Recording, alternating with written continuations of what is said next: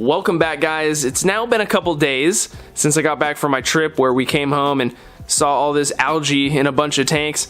Me just being gone and not doing regular maintenance on the aquariums has proven to be a little problematic. So we're gonna finally clean the sand waterfall tank out, get this left waterfall running again, probably do a big old water change, and then we're gonna go to the fish store and get some more fish because I want to get this tank fully stocked, or at least almost fully stocked. We'll see about that. First things first, find some towels for the floor. Now let's go ahead and let's clean the glass. So for this, I'm going to use a toothbrush for the corner areas of the tank.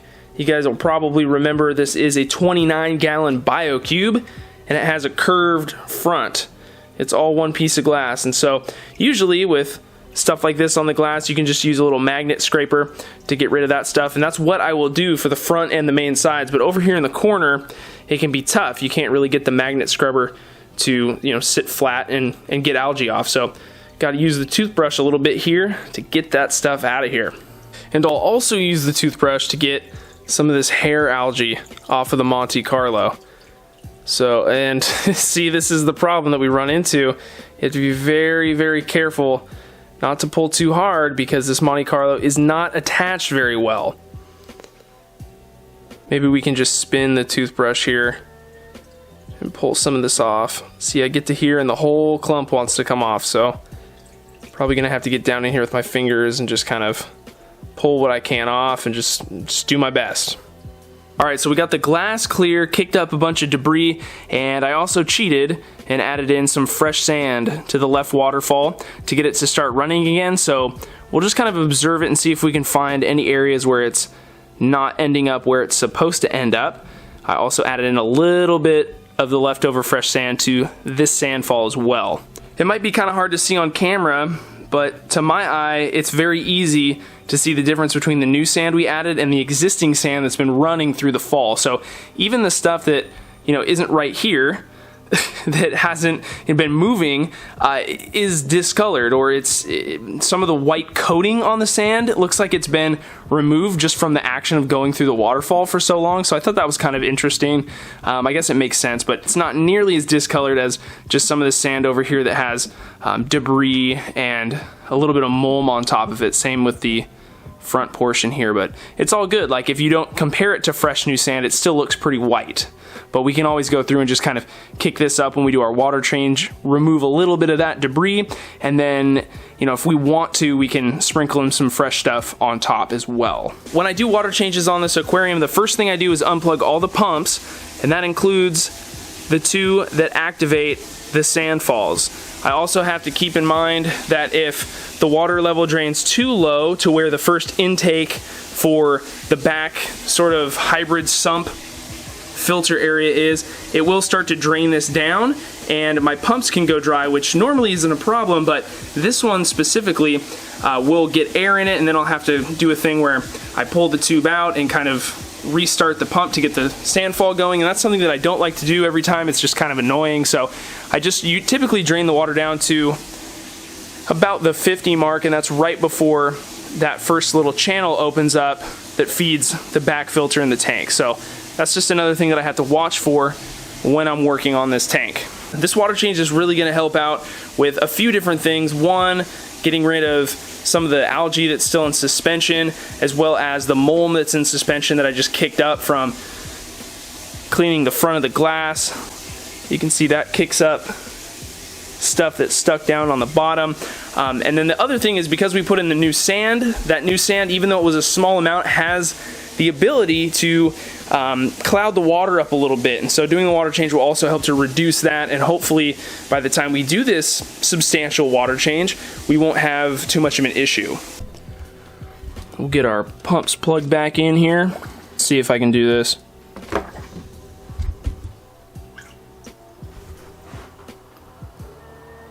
And there we go. I think now is the perfect time to go to the fish store, grab those new fish. By the time we come back, hopefully the tank is looking a little bit more clear, and we should be good to go and add those new fish. Alright guys, we are back from the fish store. That took like 1 second. It's like we almost teleported. That was pretty cool, huh?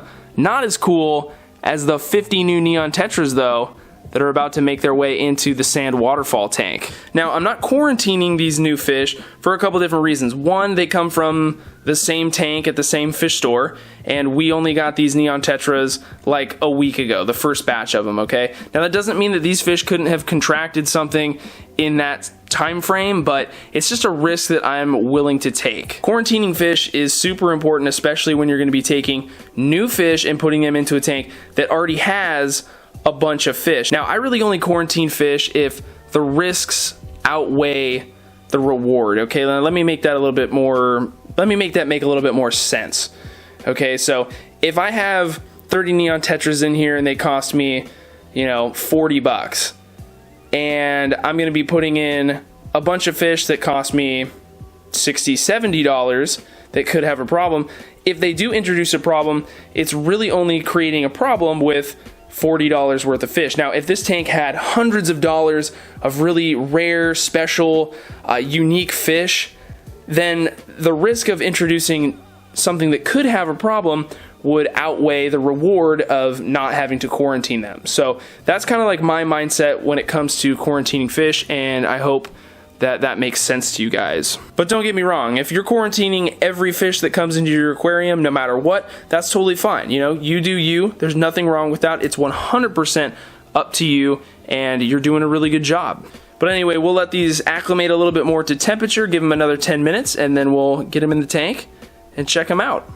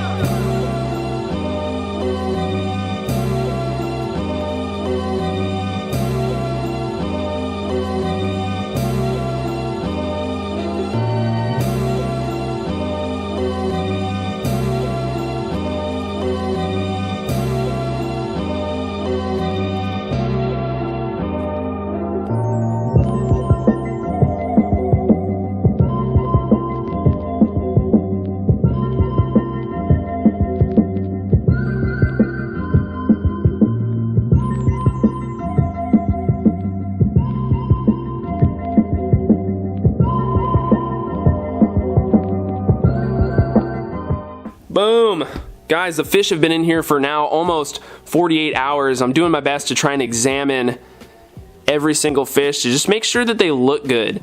You know, whenever you add the new fish, I mean, we talked about the whole, you know, me not quarantining them. Because I went that route, I do need to keep a closer eye on things, and if something pops up, like we see a fish that looks like it's developing something, we can get in and treat it, to, you know, take it out maybe, just depends on the situation, but we need to keep a close eye on this tank over the next, you know, at least week or two to make sure that everybody is going to remain healthy. But so far, everybody looks pretty good. So now that we have 80 neon tetras in this aquarium, I think we need to try and get into triple digits. I don't think I've ever had a tank that had 100 fish in it, and I think now's the time. I think this is going to be the opportunity to do it, and I think it would be pretty cool. I mean, this is already, I guess, enough fish for me.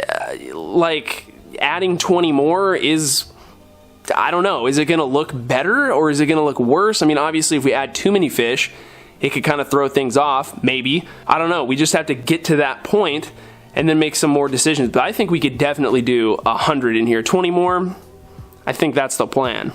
But I don't know, let me know what you guys think. Should we keep adding more neons, or do you think we should change it up and maybe add in some kind of like an accent fish, like something that's a little bigger, maybe like 3 of something else that are a little larger to kind of break it up? Maybe that would actually encourage the neons to kind of shoal a little bit better, you know, instill a little bit of fear in this tank.